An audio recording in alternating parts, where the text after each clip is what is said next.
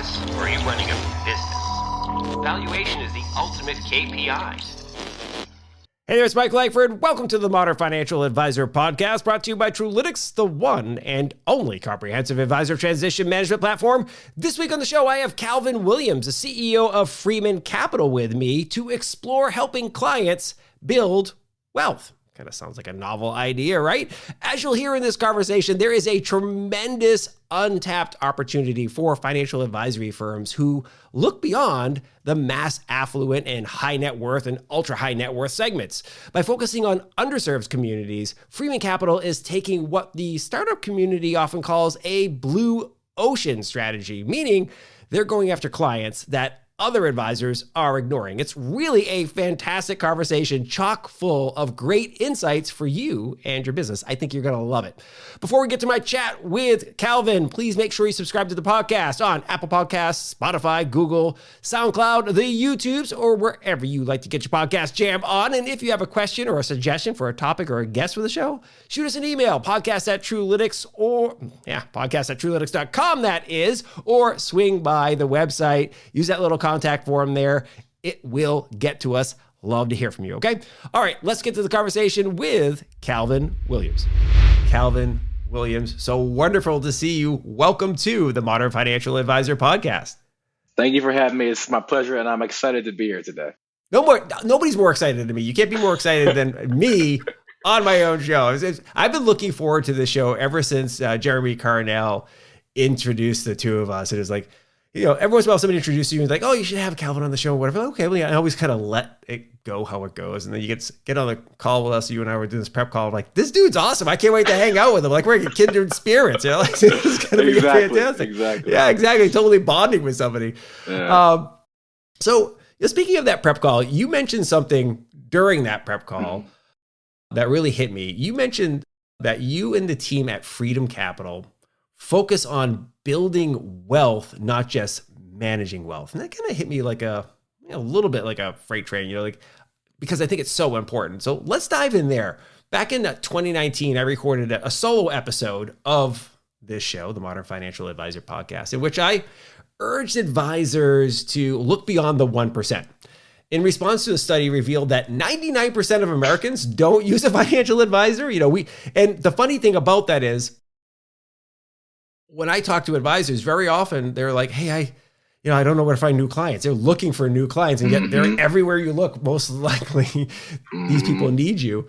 So I want to dive in here. One of the biggest reasons why people aren't using a financial advisor is they think they need to be wealthy first in order to use one, before they can afford their services and so forth. And you and your team at Freeman Capital are trying to solve kind of that stuff. So let's dive in there. Let's talk about building wealth. Yeah, so I understand why the industry is set up the way it is, right? Because it made sense that because they were charging asset under management fees, you had to go to the folks that could have fees that they could pay.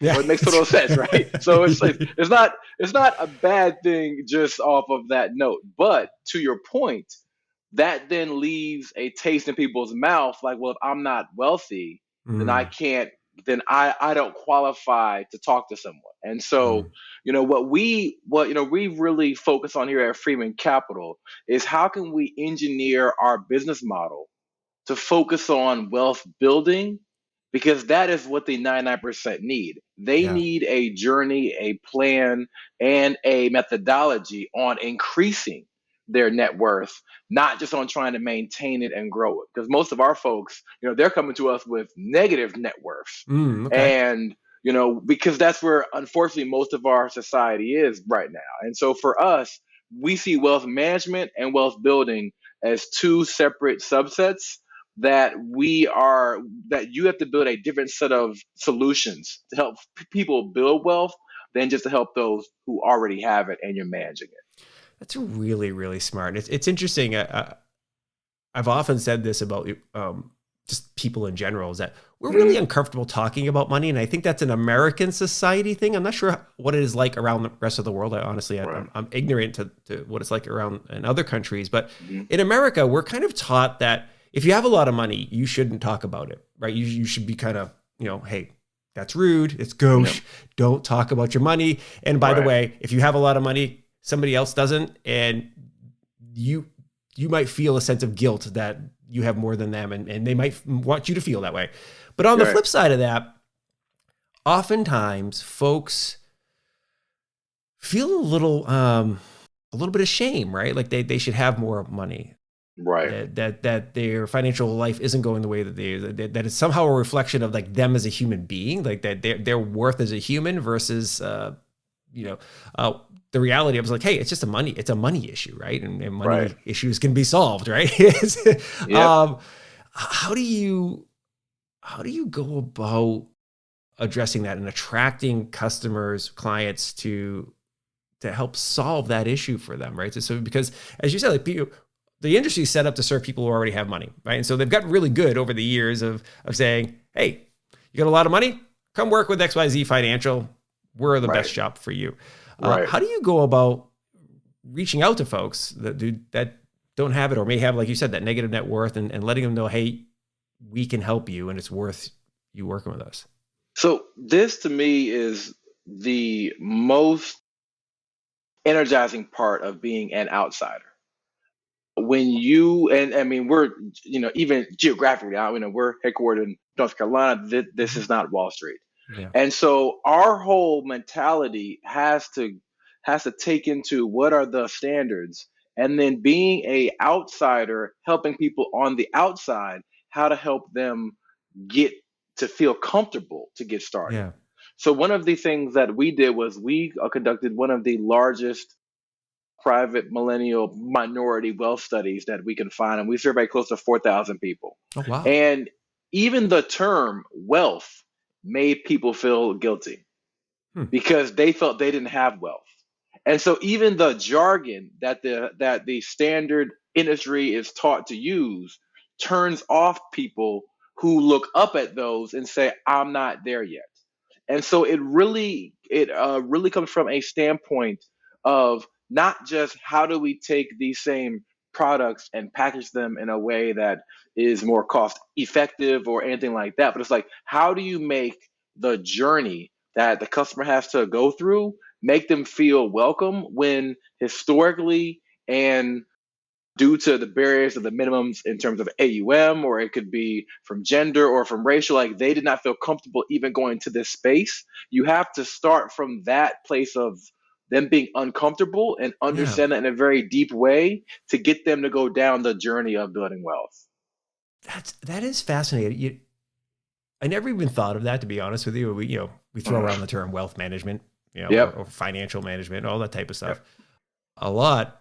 But just the terms, the words you use, the word choice could make somebody uncomfortable, ashamed, whatever.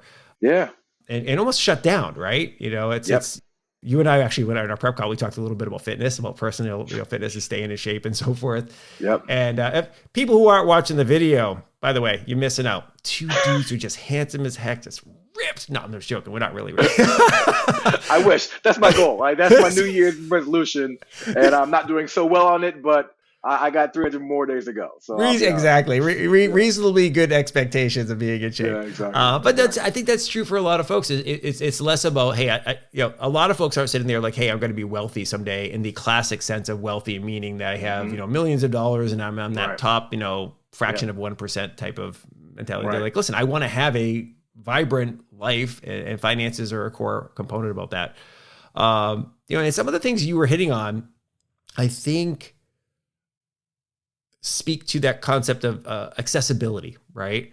Right. Accessibility to financial advice, because if you, in many people's minds, they don't have the money to afford a financial advisor, or they came up in a financial home situation where money wasn't talked about and money wasn't managed well, so they don't even know. And as you mentioned, some of the business models aren't designed to serve those folks, so that's kind of stinks as well. But it's funny, we live in this time that's both magical and terrifying for people who in their personal financial lives. Like, on the one hand, there are companies like Freeman Capital and a host of other online resources available to people who are looking to improve their financial lives. I mean, we all carry around these these things in our pocket, these smartphone things, which allow you to access all the information ever accumulated by humankind, right? Right. You can learn from people like yourself. You can Google your own stuff, read books, what have you, listen to podcasts. So in that respect, magical. On the other hand, there's information overload, right? Most folks are completely unequipped to process financial information, and marketers have never been better at separating you from the money in your wallet. You know what I mean? Like it's true. It's like they're really good. Temptation's out there. Right. So how are you and the team at Freeman Capital making financial advice more accessible? And what is it about your model that sets you apart from like the DIY solutions out there? Because there's lots of those like, hey, look at this thing and just do it yourself. Yep. Right. Yeah. What are you guys doing? So, I mean, this even starts with my own journey. I mean, because I was an entrepreneur early on in life. I mean, in college, I was running a tech startup that became the preferred vendor of web development of my whole college, and we grew it and scaled it. And then I sold that to my partner and took what I thought was some money. So I am a pretty financially savvy guy. I mean, you know, my parents, they gifted me with a credit score over 750 when I was 18 years old. I bought my first house at 20 years old by myself. So like I was already on a path, but even still, when I took what I thought was some money and tried to find a solution online, the DIYs, this is the challenge with the DIYs from my perspective. We are asking people who are dealing with the joys and struggles of life, be it work, family, downtime, to then learn a whole new skill. Yeah. A whole new discipline. And we don't say this for medical professions. It's not, hey, you broke your shoulder, go study how to be a doctor or a physical therapist and then get that back together, right? And so the burden of having to learn so much to then decipher what of this information overload is applicable is the challenge with DIYs. And because even myself, when I sold that a company, I called up a wealth manager. I was like, hey, I'm feeling wealthy. You know, I'm feeling kind of good. You know, like, well, feelings aren't facts. We're like, there's a minimum and you don't meet my minimum, so we can't help you at all. And I had to take my little pride on back to the house. But that is really, that middle point is where Freeman Capital is different, is that we focus on giving people the 3 steps at a time they need to complete that would result in their net worth increasing. And we focus on financial planning. And so we look at the full gambit of financial planning, from cash flow to budgeting, through investing and through your job's retirement, all the way through estate planning and wills. Because we know that people are going to go through that journey. But if you just give them the information, we have found that people do one of 3 things with it. You know, the minority will go and do it on their own if you just give them information. But the majority will either not read it or read it and not apply it. And so the way that we do and make it accessible with making it educational is that we have our cost start around the price of a phone bill per month. So it's financial planning as a monthly subscription service that's less than the price of a cell phone bill. And then we give education at the point of action. Depending on what step someone is completing, we then can educate them on why and how that step will increase their net worth and make them a more savvy investor, and then help them to be accountable or do that a step for them. Because again, when you're dealing with a person that, if you talk about wealthy, they think about Elon Musk and say, well, I'll never be like that. Yeah. And so, you know, because that is what wealth means, and because that's what we talk about on time, the 100 most wealthiest people. Like, we don't paint a picture of someone wealthy who worked for 30 years, retired, and is living out their life. Like, that's not being wealthy, when in essence it is a form of wealth. Sure. So we have to start where they are with their psychological perspective of what is wealth, and then with their financial literacy, and then what is their anxiety around finances. And by understanding those 3 things, we can help folk begin to build wealth.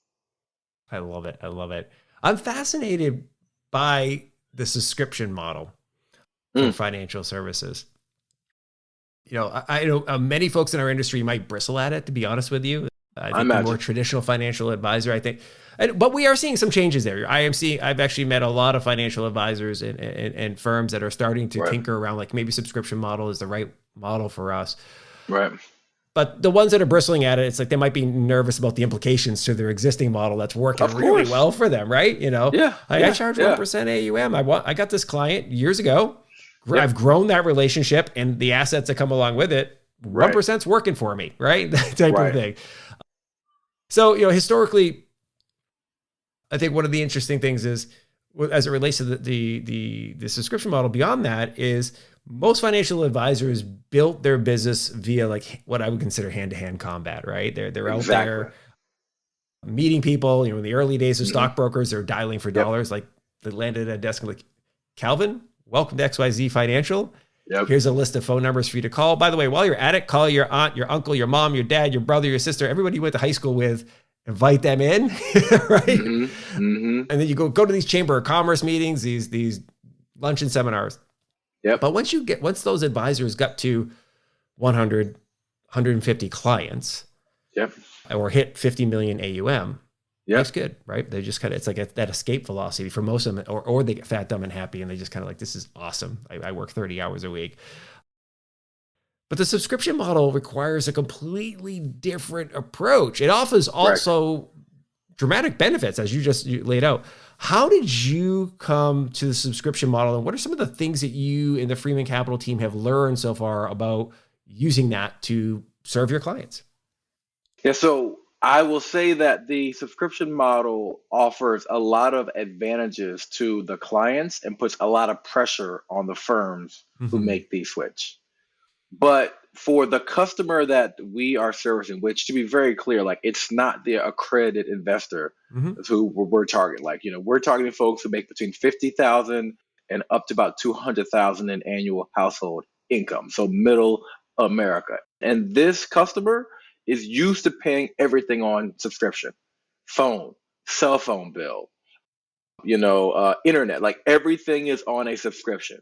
And so in an effort to make it more accessible and lessen the hurdles to take the first step, it makes sense to us to build a financial planning model that would match the rest of their life.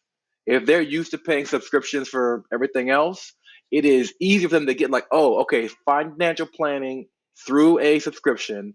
And then every month, the work is on us to earn them. Because at Freeman, there's no contract. So they can cancel at any time. Now, mind you, we have a 98% paid user retention rate month over month.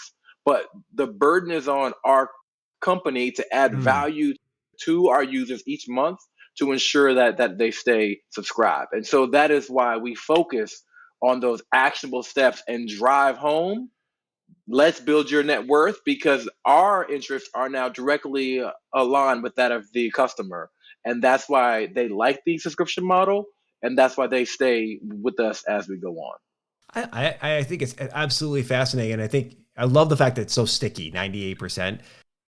By the way, that is actually one of the benefits of subscription models. As a general rule, I mean, we always joke about the gym, right? Like somebody joins the gym and if they don't go, they keep paying because they want to go. And I think there's some elements of that here as well, right? Like even if for some reason a couple of months goes by and a Freeman client is not using the service, like actively using the service, they're still inclined to stay because like they want the result of using this of the service there. And then I would imagine, and stop me if I'm probing too deep here because I'm really curious about this. So I would imagine that, there's eventually other models that could be in products and services that can be layered on top of what you currently offer. Like, so I would imagine if somebody accumulates and grows enough wealth at some point in time, you can say, hey, we can offer some more wealth management like solutions or whatever to the model, right? So it's not just, hey, we're charging the equivalent of a phone bill a month, whatever that, that is. It's like, hey, we can offer other things. This is getting in, a core customer base, proving a model, proving that this market is worth serving, right? And we can serve them well, and then growing from there. Yeah, I mean, that is spot on there. I mean, there's AUM fees that can be charged on top. There are other products that if folks want to provide those to an audience they work at as well. For us, we look at insurance as a product to actually fill a need for our clients.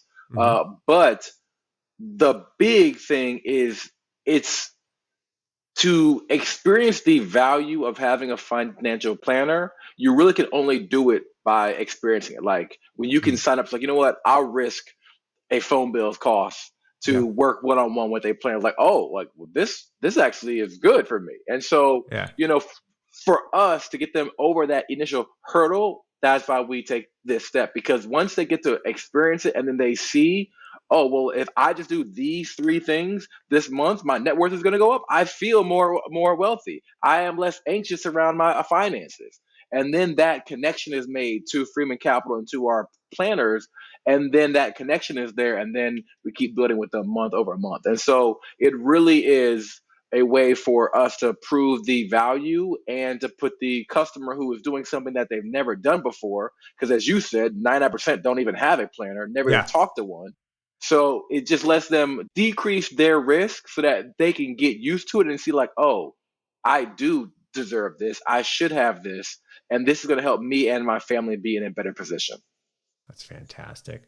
One of the things that you actually hit on this a little earlier, and I think that's worth talking about because it is, it's a driving force of Freeman Capital, or a driving force of Freeman Capital, is that you're focusing on helping folks in underserved demographics build wealth.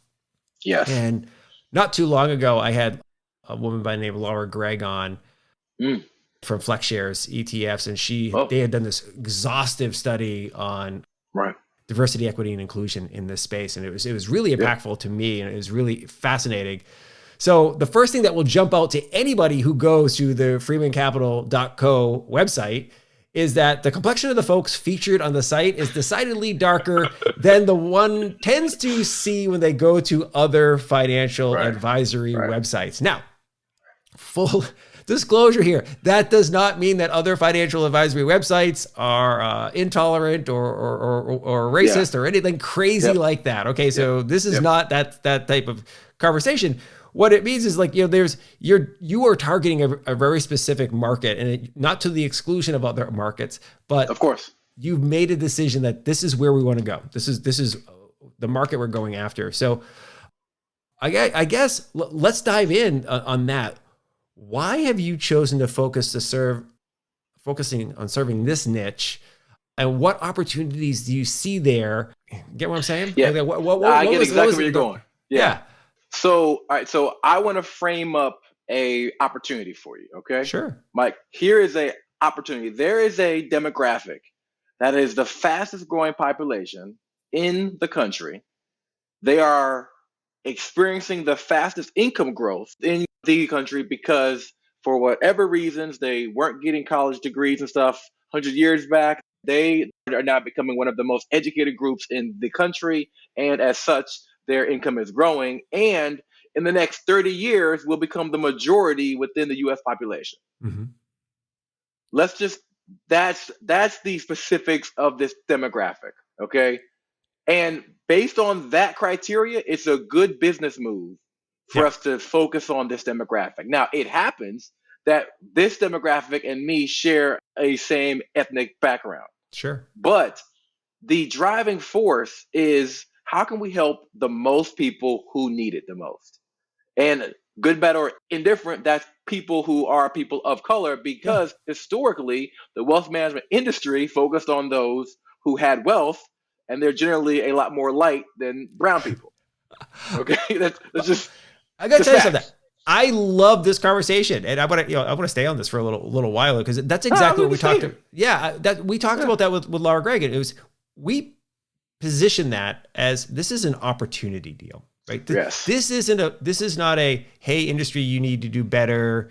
You're terrible people for not being more inclusive type of stuff. Or if you are a financial advisor or an RIA firm, and most of your advisors are white guys in there that are 60 years old. And most of your clients look a lot like your advisors. This isn't to shame you. I think this is an awesome opportunity to talk about opportunities, exactly how you laid it out. Look, we have demographics that are growing faster, not only in Yep. number, but their wealth accumulation is growing faster as well. Yep. We talked about, Laura and I also talked about on a different podcast, a study that came out that 60% of college students today are women. 60%. So, yeah. So it's like, Yes. so what do you think is going to happen with wealth distribution from a gender perspective in years to come? If the highly educated folks in America tend to be female, you're Yes. probably going to have more wealthy women, and some of them Yes. might be in either heads of household or solo head of household. They just might be not married or whatever. And so if you Correct. don't have a Correct. plan as a Right. wealth management firm to service women actively, you might be falling behind at some point in time. So I love this. And here's the really powerful thing is that the marketing does not have to be mutually exclusive. Sure. Like we at Freeman Capital have clients from a wide background of gender and race. Like we have clients that are from everywhere. Yes, we made the choice to go after the demographic that's been ignored the most because it presents us the most opportunity to do good and do good business. And so that really was our motivating factor, is that when you look at closing the wealth gap within our society, you then peel that back and actually look at the various layers, you see that if you're going to close it, then there are communities that have been the farthest behind that now happen to be the fastest growing in income, but they aren't translating income into wealth. And so just by viewing things as a pure capitalist, you will see that there is opportunity in doing good. And Yeah. that is what we're focused on doing. What are your? I flip and love it. By the way, it's just like it's just so inspiring to me. It's like when you decide, because I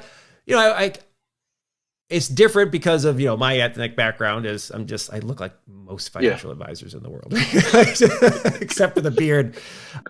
But as a general rule, they tend to look like me, right? It just is what it is, right? But I grew up in a very low middle class, blue collar, suburb of Boston, small city just south of Boston, is like triple deckers and so forth type style homes. Yep. So it wasn't like people were rolling around wealthy in my neighborhood. So we weren't getting marketed to by wealth management firms and so forth. What do you do if you want to? How are you guys approaching targeting, like getting in front of that audience, right? Yeah. Because I think this is a gross mischaracterization, but I talked about this a little earlier. You get the dialing for dollar stuff for a lot of advisors do, but then they do things like seminars, they do the golf outings, golf tournaments and so forth. You see all the major wealth management firms advertising there. We went to Formula One this year here in Austin. There's dude, come on. I'm a massive Formula One fan. We didn't talk about that in our pre-call. Well, we'll talk about that in a minute. We'll bring it in because we can make it relevant. Man. I could find a way to work Formula One into every conversation. That's why we're kindred souls, okay? Because I can do it, okay? So that's right, because Jeremy said it in the email. He's like, Mike, because Jeremy came and sat in, I had some Tower Club seats, and I invited him to join me for the Tower Clubs. It was really cool. So there was, but you see a lot of financial firms kind of putting their branding on stuff and these higher end things because they are trying to attract a higher end client. Higher end client, exactly. So if you were a firm like Freeman Capital, what's the approach to going, hey, look, I want to serve a client that is growing wealth versus already has wealth? What are some differences in that marketing and client acquisition process? Yeah, and I will actually speak of it in terms of what Freeman does, and there is a financial advisory in North Carolina who, and just to be very transparent, like it's ran by a white man and a white woman, and they have realized the economic incentive of diversifying. Mm-hmm. And I will talk about how I'm helping them out, just giving them some advice as well. And so for us, we very squarely wanted to deeply understand who this person was that we are targeting. Yeah. And so we spent significant time and investment of time and capital on understanding where are they online, who are they engaging with, who kind of influence them both in real life and then online as well, what communities both on and offline help to influence them. And then so it's actually the same practice that the high net worth wealth management firms are doing, because they know that, as you know, like it's expensive to even be a fan of F1. Yeah. So, that's where your clients may be. It's that same type of connection with folks who are building. Like there are so many associations, trade groups, communities. There are, big about like fraternities and sororities that have been founded to really help people just come together as they build up. And so for us, we build relationships with those organizations who can send us thousands of, leads per month as we grow and scale. The company that I'm helping in North Carolina, they are a bit more traditional, where they generally focus on higher net worth clients, but they wanted to carve out a percentage of their business for the wealth building type of clientele. And what they are doing is just like what you said, they are finding folks in the community that they can partner with to help vouch for them, to bring them into the community so that they can be trusted, and then providing education. And then they're even changing their business model for these lower end type of customers in terms of assets to help them get into their pipeline to then grow and become an oncoming client. Now, for this shop, they will never become the majority of their clients, but they see value in trying to help out, and that's how they're doing it. That echoes some of what I've heard from a couple of other people who, as exactly what you're just describing, they run traditional wealth management shops, right? So their target client is high net worth or ultra high net worth. However, in a couple of instances, one of them, Gil Baumgarten, who I most recently had on the show, and he's, runs a 9-person RIA firm, and he's got over 1.5 billion AUM. Like he's crushing it, right? Well, he offers their wealth management expertise and service to like church groups and nonprofits for free, right? And he's like, here's one of the benefits for me. Number one, chances are I'm going to get the executives at those firms wealth to manage, but also every once in a while, somebody pops up, right? Like somebody comes out of that organization and grows their wealth and then wants to work with me, because that's I introduced them. And it was the same thing. It was I'll have to go back and I'll link up this stuff in the show notes. We had one where one gentleman was talking about Kroll. What was his first name? Oh God, and his last name is Kroll. He was talking about how they have a education program. They go out into the communities and whether it's boys and girls clubs or whatever, and they educate on financial management. They're just doing that. He's like, mentoring's awesome. He's like, but we also offer it to our clients. Many of our clients, even if they've become wealthy themselves, they find their kids are just woefully unprepared for managing money. Like, so just because you're a son of a rich kid doesn't mean you're going to grow up to be a rich kid. You have an edge. You're definitely a little further along. You got to, you're starting out on third base, but you'd be surprised at how many of them are just like, undereducated when it comes to finances. So it's kind of a similar issue, right? Like go fish where the fish are, get to the community, if you will.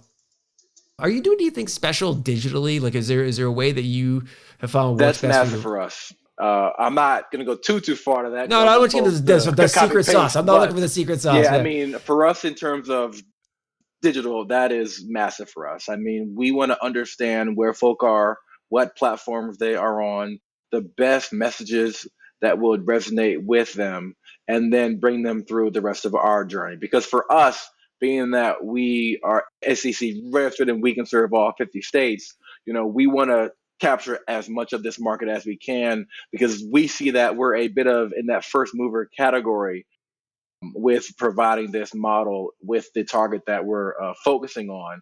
And so for us, digital is a massive play for us. That's awesome. That's fantastic. And I asked that question, and again, I'm glad, I hope you wouldn't think I was trying to pull the secret sauce out of how you're reaching your clients and client acquisition process too. No. But I think this is important for today's audience, right? We talk about it a lot on this show, that the average financial advisor is around 60 years old. We're seeing some transition where, the younger advisors are coming up and some of the older advisors are getting ready to, move on out. Right. And the reality is we as a population of human beings, regardless of ethnicity or social status or economic status, spend a lot of time online. We just do. Our faces are in our screens quite frequently, or on the earbuds. Right now we're in your earpods or your speakers right now in your car. Yep. So as a result, it's like that's where you're going to have the opportunity Yeah. to connect with your prospects and your clients. And it's a really important thing. And I'm glad you echoed that. And it doesn't matter what your client base is, whether it's, those who are looking to build wealth or those who have wealth, that's where you're going to reach them. I know we're getting ready to turn for home here. We're coming around, turn 17, hit the Austin Grand Prix in Dakota. Let's talk a little bit about acceleration. So Jeremy introduced us because you two met at an accelerator, the RevTech Correct. Labs FinTech Accelerator Program. And since I think this will be released after your big news, you and the team at Freeman Capital have been accepted into Techstars, which for any listener or viewer who is unaware, Techstars is one of the most prestigious startup accelerator programs that exists. It is truly, it's extraordinarily hard to get into. They really do pick the best of the best, the most promising companies, the entrepreneurs that they really believe in. So it is truly, like, again, anyone who's listening or watching, like Calvin and the team are crushing it in order to be accepted. So congratulations on that. Thank you. Thank you very much. Thank you very much.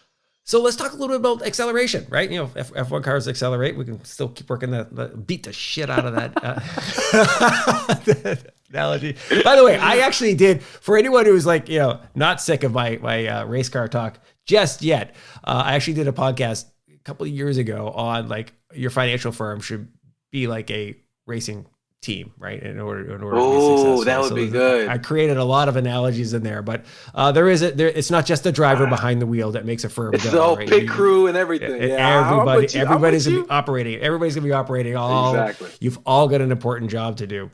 Yeah. I love the notion of modern financial advisory firms using a startup approach like you are. Like you mentioned, you're SEC registered, so you are a registered investment advisory firm at Freeman Capital. Yet you're a startup. You're getting into like the most prestigious accelerator in the country, and you're going at it with a different mindset, and in some cases, slightly different model. So for the audience who might not be familiar with this, would you share some of the experience of what you had so far and what you're looking forward to out of Techstars? So I'll just say that operating a venture-backed company, which is what we are, and by venture backed, it means that there's like a venture fund who gives you money to go and run. It is much harder than just running a lifestyle normal business. Like when I was running my first shop, it was a lot easier because there were less demands on me for, like, this is the biggest thing that people have to think about when they want to go into being in a acceleration form of the venture backed, is that you are taking capital to then return 10 times that in a matter of 3 to 7 years, probably more like 5.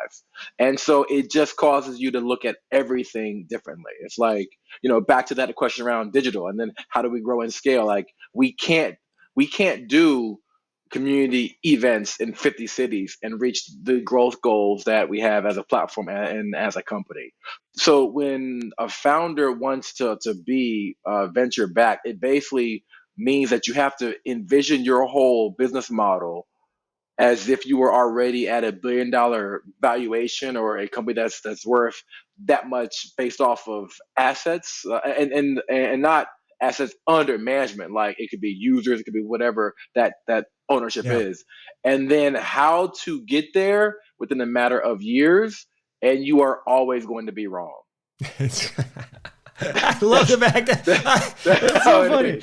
It's always going to be. That's how it is. So you go through these accelerators to help you find out all of the ways in which you are wrong.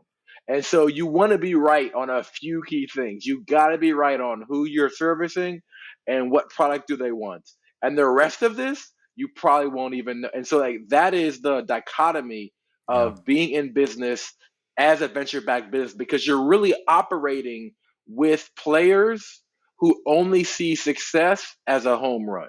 That's right. If this business could pay everyone their full salary, we help thousands of people, but we don't make $1 billion valuation, to them, it's failed. Yeah. So that's the joy of like like it sounds cool. You get these press releases. You know, you're gonna be the next Elon Musk or whatever. But the other thing is that is the world that you live in, where it's literally like you need to be a home run to win when you're in this space. Yeah. So programs like Techstars and like RevTech Labs help you develop and level up to get there. And then coming out of those programs, you're in a better position to accelerate to the next level. And that is really what they're doing, and why we're so excited to be in Techstars and go forward from there. Yeah, and it is wonderful. Again, for those who are unfamiliar with what's going on in these accelerator programs, your team's going to get mentors, access to mentors who are relevant to the business and relevant to the challenges of where you are in the stage of your business, right? So it won't always be like, it's just we got some financial services exec who's going to come in and tell Calvin and the team, what they've done to succeed in the past. It might be somebody from the consumer packaged goods business who comes in and is like, hey, listen, here's some of the issues you're dealing with. We can help you figure out that type of thing, whether it's client acquisition or whatever it is. It's really fascinating. I love it. And I actually think this, you might see, we've already seen some on the robo-advisory front and so forth, but I think we're going to see more and more firms. And as you said, look, it's not for everybody, because once you take outside investors' money that are coming from venture capital or angel investor, there's an expectation of a future liquidity event. So imagine if you started your RIA firm and you got a couple of buddies together and they put some money in, they're like, hey, listen, we are going to expect you to sell this company at some point in time. And you're like, what? Sell this company? And that sale might be through acquisition, through private sale, or going public or whatever, but there will be an expectation that there's liquidity sometime. That doesn't have to be. And they're on your board and you report to them. That's right. You report to them. Like you have a boss. It's not now. a friendly, hey, at some point when you say it's like, hey, what's going on, buddy? Let's go. You are replacing up. Okay. No, but it's wonderful. I love what you guys are doing there. The website is freemancapital.co. You're active on LinkedIn, Twitter, and everywhere else, I expect. Yeah, of course. Awesome. Well, sure, we get all those profiles linked up in the show notes for people. Thank you very much, Calvin. I really appreciate you having on the show. You and I will talk F1 after we click the stop record button. That sounds great. Thank you for letting me join your platform and the work that you're doing. I greatly appreciate it. Thanks, buddy. Thank you very much for listening to and or watching this episode of the Modern Financial Advisor podcast. It's always fantastic to have you with us. Huge props to my man, Calvin Williams, fellow F1 fan, fellow middle-aged dude trying to stay in shape. Guy, we had a fantastic conversation. Some of those conversations were obviously, as I mentioned before we clicked the record button there, but it was great bonding with Calvin. I really, really like him. I love what they're doing at Freeman Capital, and I wish them the most success. It's really a smart idea and a smart approach to tackling the building wealth challenge. As I mentioned at the top of the show, if you haven't done so already, please do make sure you subscribe to the podcast on your favorite podcast platform and hit us up with questions and suggestions. You can just reach out to us, podcast@truelytics.com, or swing by the website, use the contact form, or hit us up on the socials. We're active everywhere: LinkedIn, Twitter, Facebook, the YouTubes. You can reach us. Truelytics is there. I'm there at Mike Langford, and really easy to find. I look just like this, only all my profile pictures don't have the beard. So, imagine this, just balder. Anyway, all right. Hope you're having a wonderful day. Please be safe and be nice to each other. We'll see you next time on the Modern Financial Advisor podcast. See ya.